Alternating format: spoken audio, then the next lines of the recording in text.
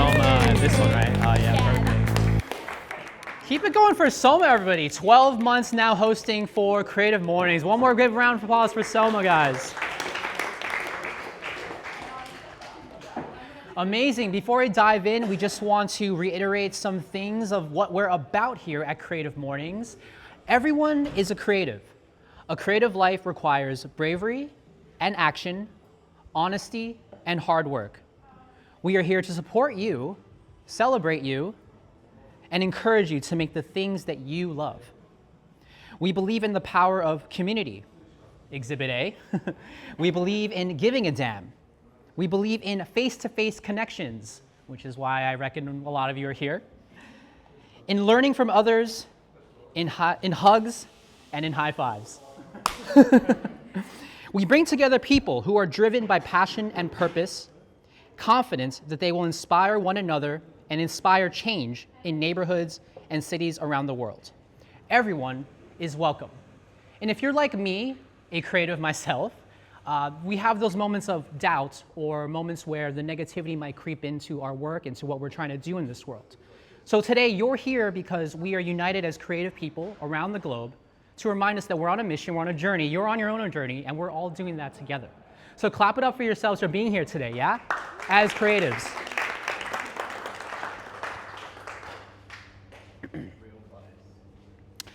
Today, we have our theme of the month, which is Curate. It was chosen by our Orange County chapter in California, and this illustration here is by Fred Villa. Curation is not just selection, it's about attention. Each of us is a curator of our own inner museum, a gallery of the influences we honor and the collection of ideas we pursue. When I think of curation, I think of choices, putting together, stringing choices. Do any words come to mind when you guys hear the word curate? Art. I'm sorry? Art. Art. One more? Food. Food, yes. Curation of food, as Chef will take us through later. Bringing together all these things. We live in a time of overwhelming abundance. Instead of obsessing over what looks good together, contemplating why your choices belong together. Distill your taste into a point of view that is uniquely yours, then ruthlessly express it in your work and how you live your life. So all these words, taste, curation, food, think about how it all multiplies into the things that you are creative for. And moving on, we are here at the beautiful Forefront here in Hamilton. First time, raise your hand if you're here for the first time here at the Forefront. Welcome, welcome. Yes, as Soma mentioned, this is our fantastic venue and coffee sponsor, the Forefront. Shout out to Nicola, our barista over there, if you've been enjoying the coffee this morning. Today, yes, marks 12 months of being here at the Forefront, supporting our community, hosting us, and we're so proud to see that the Forefront has become home to so many different businesses and creators. All these rooms are actually occupied right now with different events, businesses, entrepreneurs, and the like. So yes, I'll hand it over now to Mo, who is here with the Forefront to talk a little bit about the space. Thanks for taking my question. I do always ask, whose first time is it to the Forefront? So quite a few of you, which is great. So yeah, welcome. We have a creative innovation space owned by Queensland Government, designed for small to medium enterprises, creatives, artists, and e-commerce businesses. So right as you walk in, around the courtyard of the Forefront by the riverside, up here in the hall, and the one at the reception, artworks commissioned by local Brisbane artists, part of Brisbane Street Art Festival. So there's a whole lot of artwork in the building, and we support communities like Creative Mornings. Thanks to Soma, and congratulations on 12 months.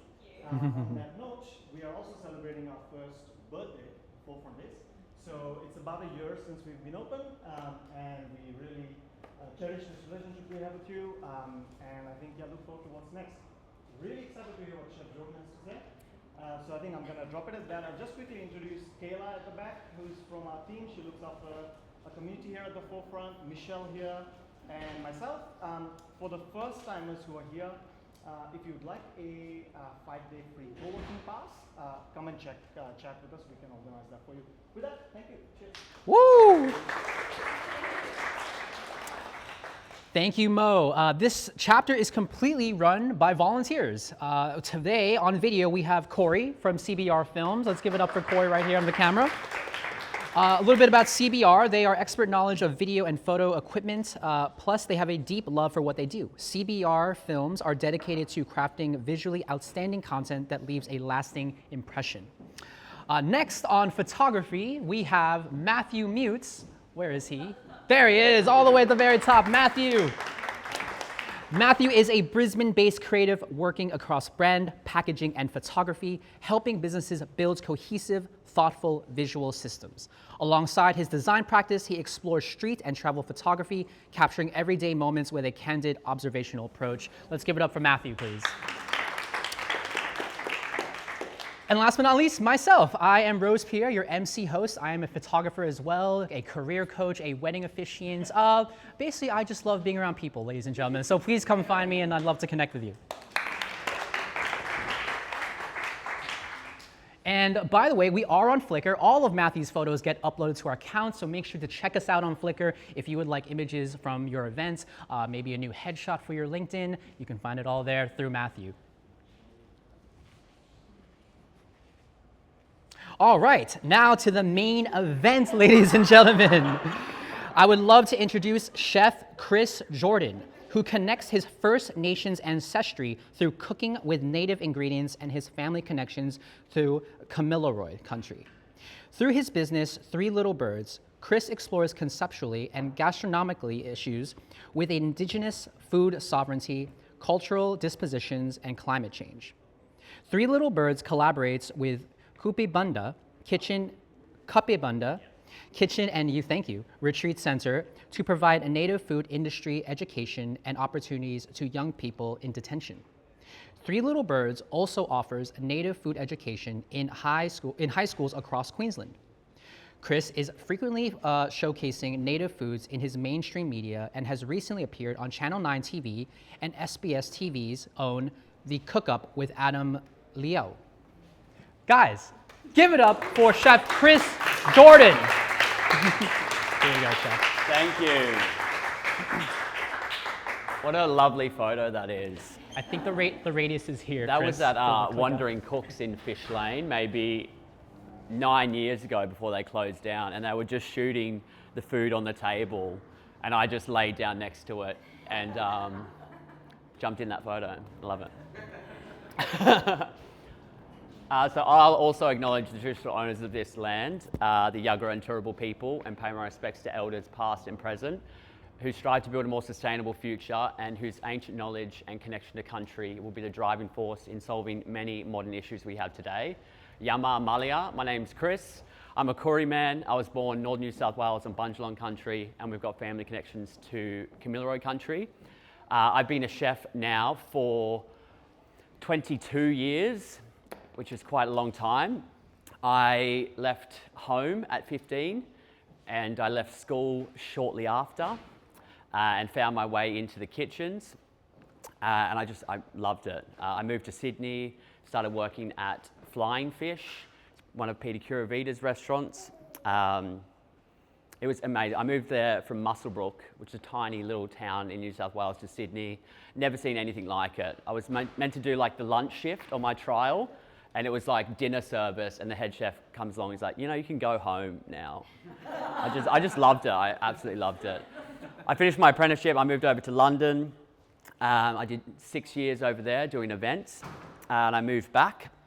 I met my lovely partner here, who's also named Chris. Everyone say hi, Chris.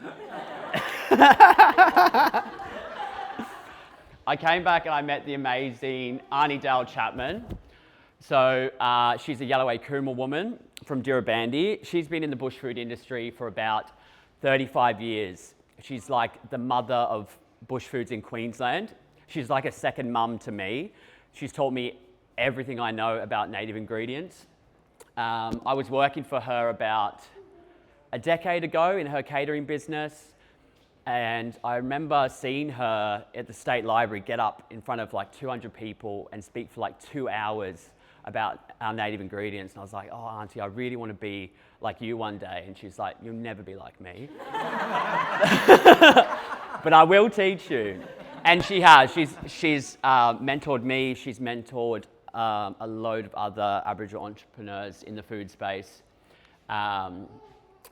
I did a tiny little bit at university studying Indigenous philosophy. Studying's not really for me. I learn more by doing and being with elders on countries, and we'll go into that kind of way of preparing information.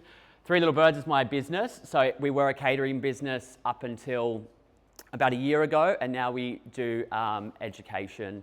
Like we said before, I go into schools, teach high school, hospitality.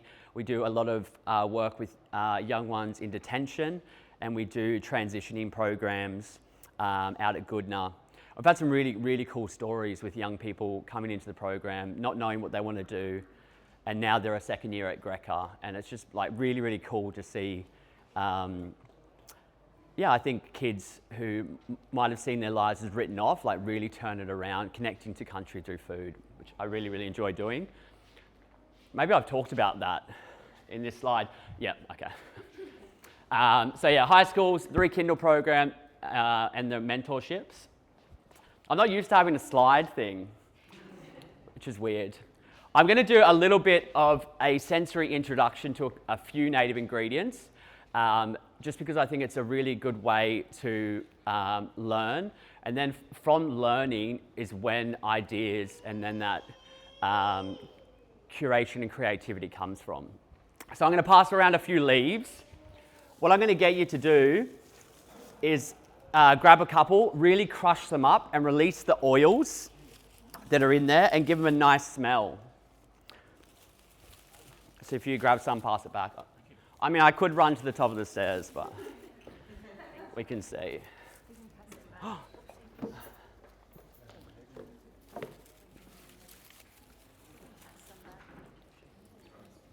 Bring it back.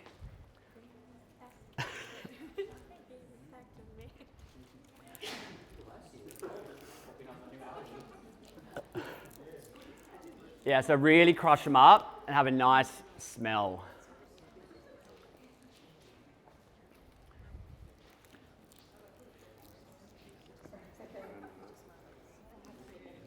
What are you smelling? What kind of notes are we getting here? It's a bit woody, definitely. What it's named after is a bark spice. Any ideas? Cinnamon. Did I hear cinnamon in the back? So this one's cinnamon myrtle. This one's from like mountainous country. So if you've ever walked up Mount Cootha, past that bush chapel, that backtrack, all up there, it's up Kenilworth Mountain. It is a little bit sweet. It's got really hard wood, so used for making tools and weapons. And this one, make it into a tea, it's really good for indigestion, upset stomachs. So our foods, it's not just food, it's also medicine as well. So keeping that in mind when we're eating it. We use it just as you would use cinnamon. It steeps really well into milk. You make like a cinnamon myrtle custard in a nice phyllo pastry, a little macadamia praline and syrup over the top. Really, really nice. I'll pass this one around. People have probably seen this one before. The council love to plant this one everywhere.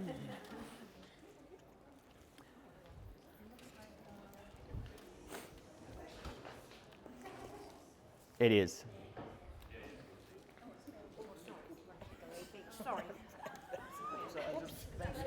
And then after we're finished, you can get some hot water, maybe make a tea out of both of them. Both of them together, yeah, it'd be really tasty. Super strong, right, this one? It's obviously lemon myrtle, yeah. So Bundjalung country, southeast Queensland, it's all myrtle country. These are only 2 of the 6 myrtles that there are. There's also curry myrtle. There's also aniseed myrtle, honey myrtle, and rose myrtle. This one's anti-inflammatory, antibacterial, antimicrobial, anti-inflammatory as well. This one's calming and sedative. So you make a tea out of this, it'll calm you down. Goes really good with fish. Stuff it into the chest cavity of a nice bit of mullet, chuck it on the coals. Really, really tasty. It's also got the same chemical in it as lemongrass. So if there's a recipe that you want to use at home that calls for lemongrass, you can use lemon myrtle. The thing with myrtle is it's really high in tannins. So if we're going to cook with it, if you think like a cup of tea, you make a cup of tea, you leave the bag in, you sit it on your desk, you go off, do something, come back, super bitter, that taste. If you're going to make like a beef curry or something with it, you don't want to chuck it in right at the start to get that real bitterness through it. So just chuck it in at the end like a bay leaf. And then one more before we go into some of some things I've done. Does anyone like spicy things? Yep. Delish. If you don't want to eat it, you don't have to. You can just smell it. This is Tasmanian mountain pepper. So this is used for toothaches and infected gums. So you make it into a paste from the fresh berries and it goes up. It's really high antibacterial. It's not hot when you first put it in your mouth. The enzymes in your saliva will start to break it down and it will slowly start to build. It's got like a Szechuan clovey kind of taste. And your mouth will go a bit numb as well. It's completely normal, don't be scared.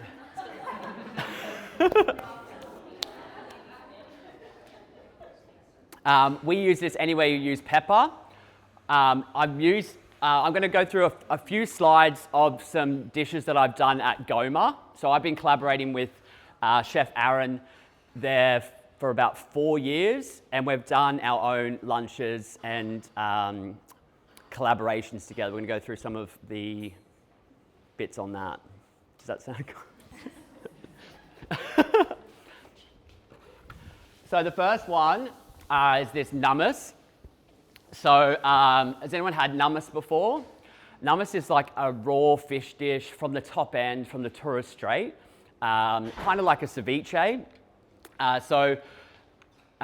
We've made a curry myrtle sorbet to go over the top. And we've cured the fish in that mountain pepper, a bit of lime, and then we've made coconut and lemon myrtle dressing to go over the top. So this dish was inspired by Arnie Rose Elu. So she's an elder from Saibai. So that's the very north island of the Torres Strait. It's about 2 kilometres off Papua New Guinea. And it's got a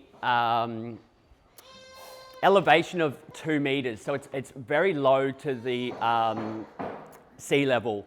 Arnie Rose has spoken to the EU for climate change for so many years, and she's a really powerful and staunch auntie on climate issues.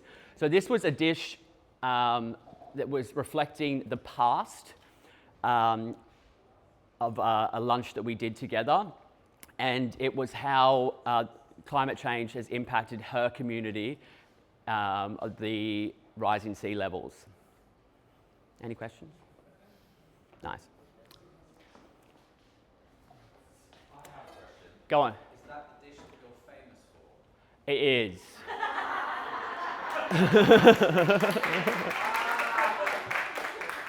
So this is going to be in a cookbook for the Powerhouse Museum. And it's 100 recipes that reflect the last 50 years of Australian cooking. And I think it comes out later this year. Thank you for reminding me.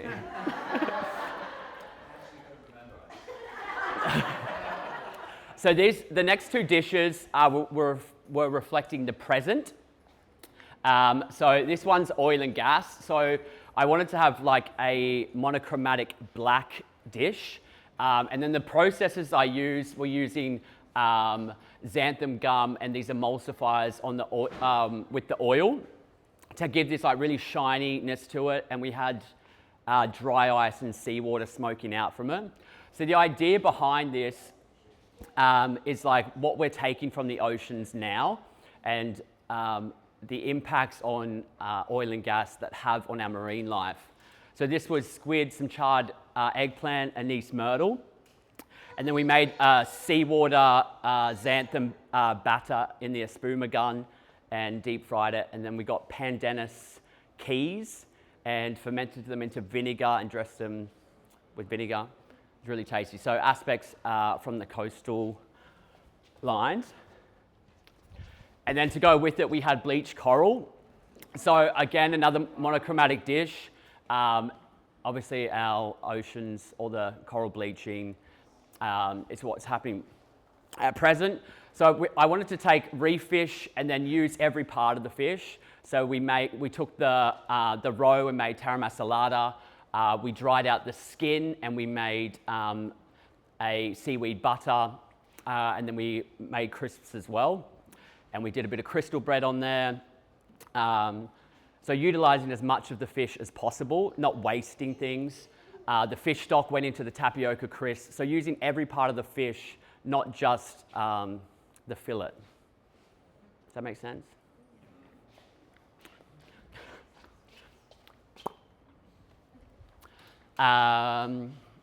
This one, so we took a whole heap of native grains. So before you mentioned Kapibunda, so Kapibunda Kitchen is the gift name from Gaja Kerry. So Gaja Kerry is a Yuggera elder here. And Kapibunda Kitchen was the program in BY. So it was with the young incarcerated youth. We had a working catering business. So with the kids, we prepared catering using native ingredients in the juvie, and then that went out to catering events outside. And kids through the LOAs were allowed to come out and serve the guests at like the State Library. It was really a cool way, for one, to connect them to culture through food and give them empowerment, but also having those days where they come out and also have been praised by people. It's really good for building their confidence, especially if they've been detained for a long period of time. It is a bit of a daunting experience when you come out in that transitioning program. So building those skills and building that confidence is really, really important. Kapibunda is the Yuggera word for lamandra. Do you all know lamandra plant? No, the council love to plant it everywhere. You've probably seen it. It's like a grassy shrub, and it gets really spiky, like flowers. They come off about this time. The flowers you can use to make tea. Then they go to seed. Those seeds can be ground to make flour. Also, the base of the leaves, you pull out right from the middle. They can be eaten right at the base. It kind of tastes like snow peas. And then the leaves are also used for dilly, so for weaving, making string. Really, really important plant to this area, and holds country together. So that was why she gift named that to the program. We went around the juvie with Uncle Bruce, and he pointed out Garnia, which is another native seed grass. So Garnia, it's also known as sausage. It's a very sharp grass, and it's got little spiky seeds. But we've milled all these grass seeds in Salisbury and made this really cool damper in Goma, which is really fun. This next one is an steamed emu egg custard. Have you all seen an emu egg before? I should have brought one with me whole, right? Oh well. So winter time is the time for laying the eggs, and it's actually the male emus who look after the chicks. And the way that you lure the male off the nest, there's a small yidaki or didgeridoo. It's about this big. And you just hit one side and it makes a gulping sound like the female, and that lures the male off the nest. And then you go in, you take a few eggs, you never take all of them, and then you collect the eggs. So we actually had the caller out at Goma and showed everyone. Really fun. And that was with an emu tartare. So emu meat, very, very dark red meat. A lot of people think, you know, it's a bird. It's going to be like turkey or chicken. It's a very red meat. You can eat it raw. And that was with cured crocodile fat on the top and some galalung or finger lime. It's really nice.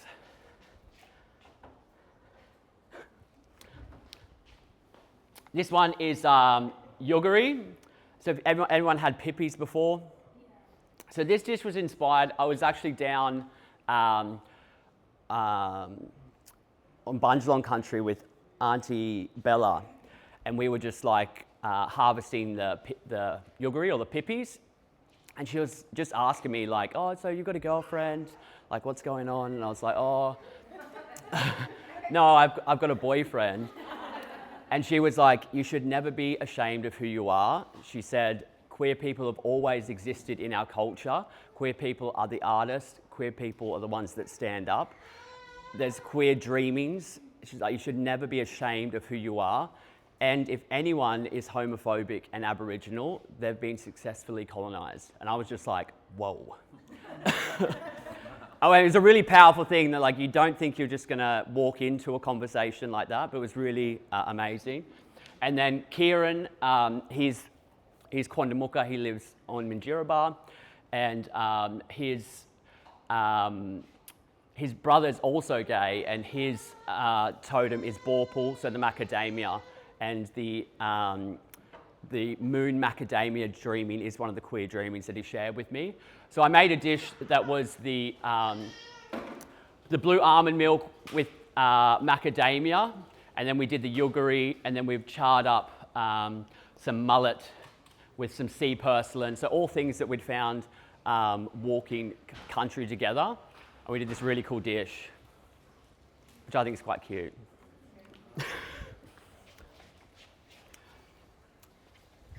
This one is mosaic burning. Am I going too fast? Or is this good?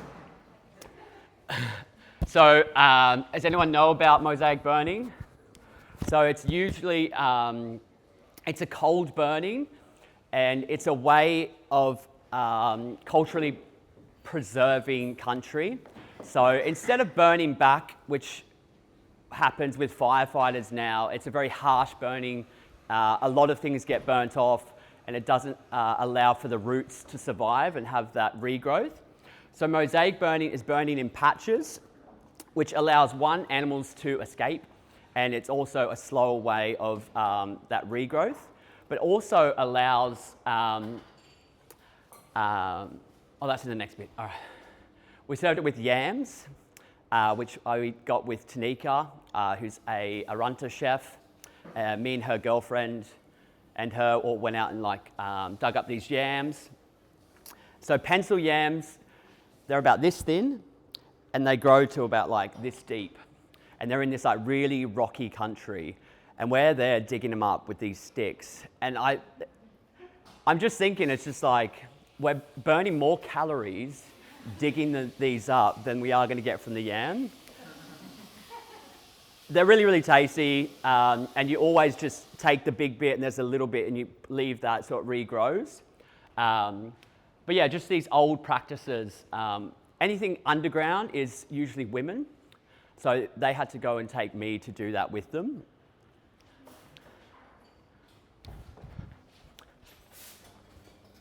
And so we served it with a bit of kangaroo, delicious kangaroo.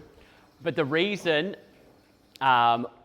when you burn country and you leave stuff unburnt, all those new shoots, one, it lures the kangaroos in, but also it's a black backdrop to actually hunt the kangaroo. So it was a hunting method, as well as preserving country, it was also used as a hunting method as well. Yeah. That's it. This last one was a little dessert. So this is inspired by my beautiful mum, and her totem is the gilla, which is the galah. And so I wanted the colours to represent the pink and the white and the bits of grey. Also, where she lives is very, very cold. There's always a fire lit. So I wanted that lovely smokiness to go through the custard. Yeah, we did this at Goma with this really cool apprentice from Cherbourg. And he'd been, I think he'd been out of jail maybe 2 years. And it was just really cool spending time with him. We had this big like liquid nitrogen gun, and like it was just really cool to just see. He was just working in the bistro, but to like use our food and like share this story and experience with him, it was really amazing. Some other collaborations we do. There's me in the back fan in a fire, looking fun. This is my friend Lee. So Lee's Haitian Zimbabwean, and we've done a whole heap of pop-ups together.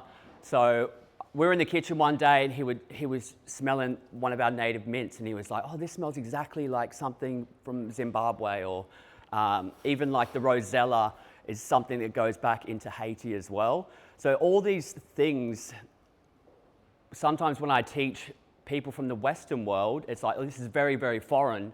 There's so many ingredients that translate into Africa, the Caribbean, into South Asia especially, all our like cinnamon, anise.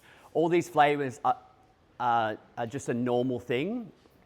So it's really cool to experiment and collaborate with other people and see how they would use them traditionally and what we can do together. We did a really cool native jerk event where it was like jerk chicken, but we used our native pepper, our native cinnamon, our native thyme, and just did really good collaboration together. This is Cara and me. So Cara started Ka People in the Kitchen. She's an amazing woman. She's always used native ingredients. She's not Indigenous, but she's always championed native ingredients and looking after our young people and educating the next generation. I actually was doing an event at QPAC about a month ago. We were doing the Drover's Wife opera, which is another little side story that we can talk about. And one of the kids in the kitchen, I was like, oh, I didn't really know about native ingredients when I went to school. And he's like, oh, we use native ingredients all the time. Like everything we had native ingredients. And I was like, who was your teacher? And she was like, oh, it was Cara. And I was like, okay. She'd set up a full catering business inside the school. So the year 11 and 12 kids weren't just doing like, today we're cooking this. They would get external orders, have to work to a deadline, and then the kids would come in after school and serve the events. I was like, this is the coolest way I've ever seen hospitality taught. Because hospitality isn't a classroom. You don't just like cook for that hour and that's it. I was like, this is actually applicable to the industry. She's amazing. This is a photo of us up in Townsville. So with Gateway to Industries, we travel around statewide out to like Cairns or Longreach, and we go in and we work with the kids. These are some of the young boys from the Clontarf program. And it's so funny, we usually get there and the teachers are like, oh, these are the disengaged kids. Like these are like, and like, they're never like that at all. It's so weird when you just like speak to them like they're adults or like have that mutual respect. It's totally fine. It's just, yeah, it's really funny, really different. And yeah, that's it, I guess.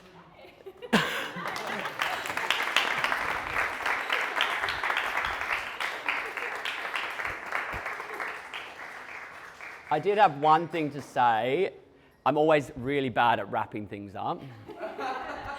And I do have a disclaimer that it's usually like educational chaos when I teach. And it's just like, you will learn things, but it will be all over the shop. So I wanted to write something down. In a world of overflowing information, products, experience, I think the greatest act of curation is choosing what truly matters. For me, that's creating spaces where people can connect with food, with culture, and each other.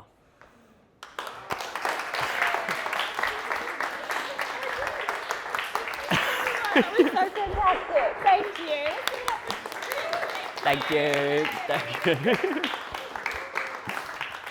my gosh, I am so fascinated. I learned so much. It was really incredible. And yeah, we'll take it into a bit of like a Q&A now. So yeah, if anyone has some questions, but I do like to put a question under somebody's seat to get the ball rolling. So check under your seat. Oh, Emily! Oh, we got the mic for this one. We're going to get recorded. Chris, what do you like to collect? What do I like to collect? Yes. Thanks for it. In what sense? Any type of collection. That's kind of like our question. I'm a big video game nerd. Pokemon. I'm an old school Pokemon player. I think that sums me up. Yeah. That's awesome. You said spices. Yeah, but I'm not gonna lie to you. I do. Obviously, I collect. I just walk around and pick things. We're out there taking photos, and I was like, oh, here's some native violets. I was like, you can use these to garnish, and you can eat the leaves, and here's some oxalis leaf, and I am that person. I just walk around driving, screaming, oh, lemon myrtle tree. Or like walking with friends and I've like gone off somewhere and I'm, in a bush. That's really incredible. Any other questions? Oh, was there Claire and Veronica as well? Yeah, we'll come back. Yeah. As a designer, that's okay. I'm live enough. As a designer, Oh, it's for recording. Oh, is it recording? Sorry, beg your pardon. Edit that bit. As a designer, I really love seeing how you listed the ingredients, obviously, but your process, and I love the story because that gives it such meaning behind the dish. But I'm just curious, again, from a designer's point of view, you're a creative. How do you come up with? What's your process for coming up with your dishes? Yeah. So I was chatting to Chris about this. Chris is a musician, and I was like, I'm dragging you into everything. He lives in the UK. He's never at anything I do, so I'm really getting it out of it. But I can't, like, when I'm not, like I said before, when I was on country, like with Arnie Bella, it wasn't in that moment like, oh, I'm going to create a dish from this. I think I'm always receptive. I think I'm always in that preparation mode. What I can usually do is have a concept and then I work completely backwards. So like insane from like that oil and gas, I was like, I want everything to just be black and like scary. And then it's like, you have to then work backwards because one, it has to look cool, right? But you have to eat it. So like, you can't just have a plate that's like really, really pretty. There has to be things where you go, okay, there has to be textures. Okay, there has to be a balance of saltiness, of sourness. It all has to come back and translate into something that you're eating. And I think like I take a whole heap of things. Somehow I always see the end result and how it's gonna taste, but then I just work backwards and like, when it actually comes push to shove, I'm a real ADD kind of mind. An event will come up and I was like, okay, you need to have a menu by this. It's that deadline that makes me go, okay, I'm actually gonna do the thing and put it there and taste it. I only do it under pressure. Everything's fluid until that moment.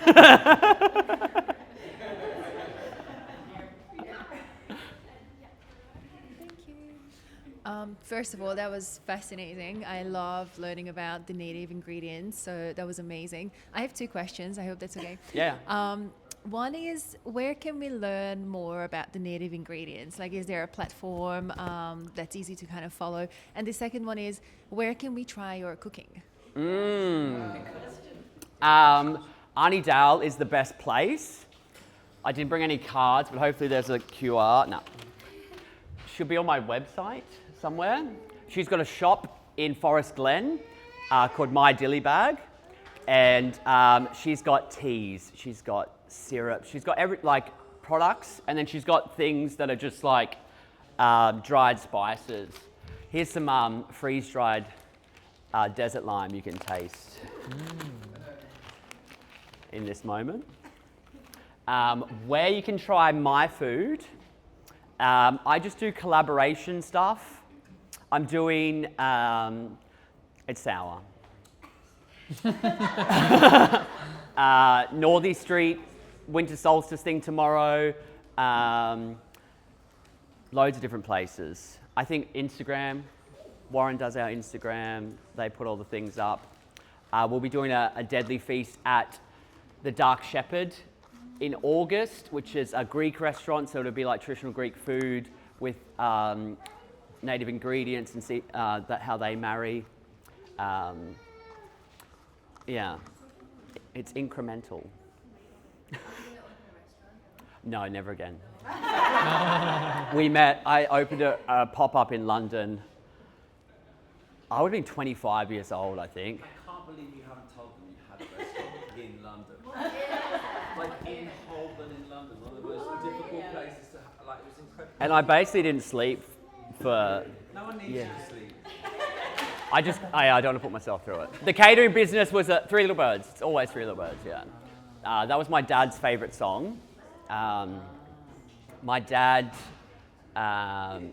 is Yugoslav. He was born, so Aboriginal on my mum's side, and my dad was born in Germany. Can we get a better? In 48, so fleeing the civil war in a refugee camp, came to Australia when he was really young. So that's that story. No one asked for, but go on. Any more questions? Yeah, go on. How did the transition of your business happen from? Sorry. How did the transition of your business happen from catering service to what you do now? Yeah, so it started at Fish Lane, where that lovely photo of me laying down was, and it was me just cooking fish on charcoal at Wandering Cooks, and it went into catering because of COVID, so all that kind of closed down. Everything was individually packed. I was lucky enough to have friends at Aboriginal Art Co who were doing a lot of work in event space. So I was able to do like canapes at UQ Art Museum, and I actually taught the other day 45-year-olds. So 40 the number, and they were all 5. And I mean, it was just chaos. The questions that I was getting was crazy. One had a knife at me. It was really weird. Yeah. What was the question? Transitioning. What pushed it, I think, was my health. So obviously catering, hospitality, it's a very demanding thing on your body. I had, I think, 6 Aboriginal apprentices over that time, and I definitely helped mentor a lot more. But I thought that I could make more impact teaching rooms full of kids, helping kids in juvie, and just helping the community more in the educational space. Thank you. Any more questions? Do you know Josh Arnold, who also travels around and does similar things all over Australia, goes into schools but teaches them music? No, I don't. So maybe it's cool though. I think it's like a similar thing that you do, right? Yeah, I think so. We do like state stuff in schools. I mean, we travel a little bit. Similar, I guess. It's we could do anything. Like sometimes we make mocktails. Sometimes we get a fire and do fish, or we just bake cakes. You know, it's like whatever. There's a lot of education stuff. Like with these 5-year-old kids, I just made a whole heap of sherbet, a whole heap of lemon myrtle lemonade. I made a strawberry and finger lime jam and some wattle seed damper. Got them really high on sugar and then left.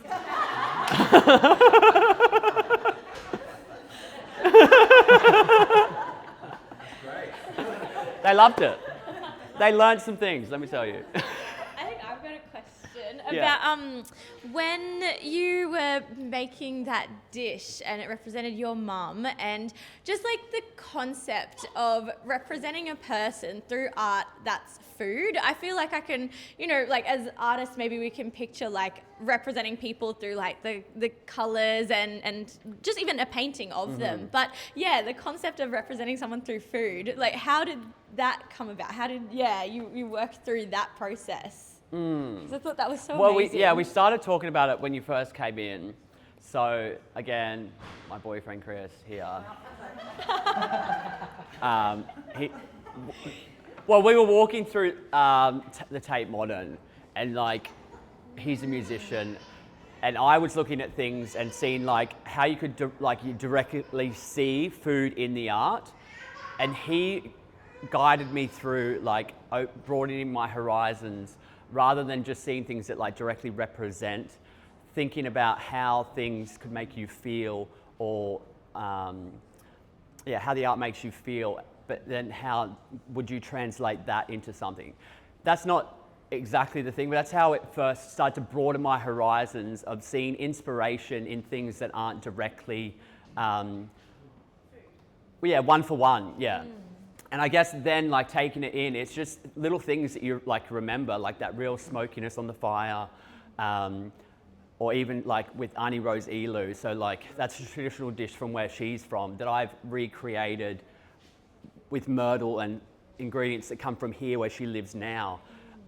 So it's, I guess, looking at a broad range of things. So it could be from where they live or from where their mob is from. An example is like the Drover's Wife. So we did the Drover's Wife opera, and it was a big dinner on the stage of the set. I couldn't show any photos because it hasn't finished touring. They wouldn't let me have any photos.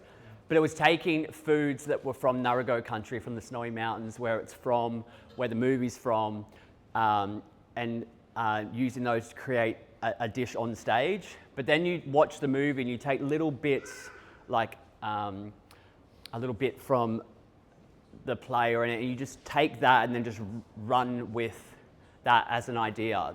There's one bit where they go to sell this bullock that they've shot for tea, sugar, rice, and bullets. Obviously, we didn't serve the bullets, but we just really went on a bit of a journey through this like rice pudding foam, and like we used all our native teas rather than the black tea that they would have used, and it was like this beautiful thing that literally just came from 4 words in the movie.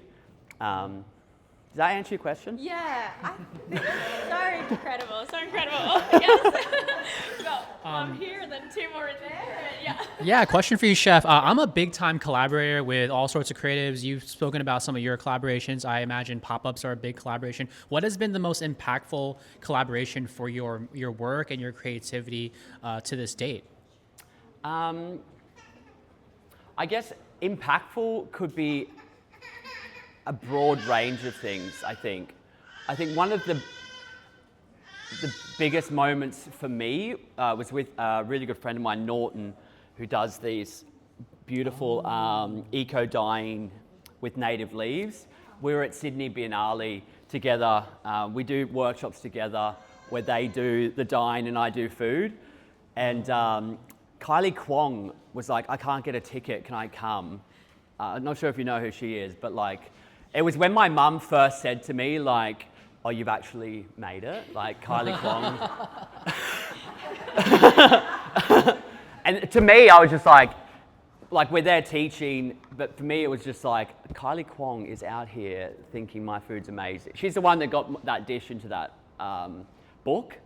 She was like, this is really good. Like, I was just like, it was just in like a thing, like in a back room of the White Bay power station, and it was just like a couple of trestle tables, but that I was just like, this is crazy.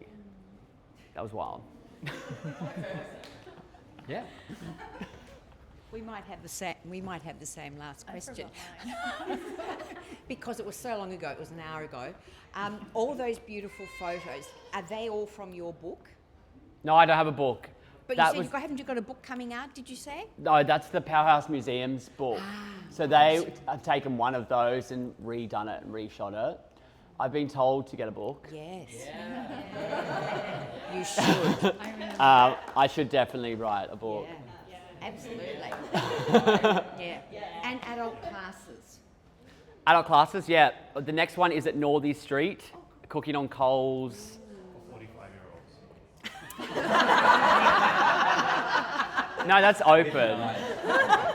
I think it's 16 plus. I think you need to be. You all look 16 plus in the room. Yeah, but we do them.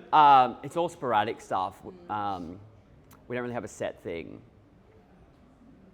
You do loads of stuff in art galleries, right? Yeah. Like Goma Space. Yeah. So the Goma restaurant's closed, but all those photos were from our collaborations at Goma. We are doing something with Archie Moore for the Kiln and Kin exhibition opening. I can't think of anything else. It's all on the website somewhere, or Instagram. No, go on. When's the next class at Northey Street? Do you know? He has an assistant. Haven't found it yet. I don't know. It might. Past event. That was a past event. Yeah, we do it every year. What's the date of it? It was November. Yeah, let's say it's in November again. 7th. I'm going to say 7th.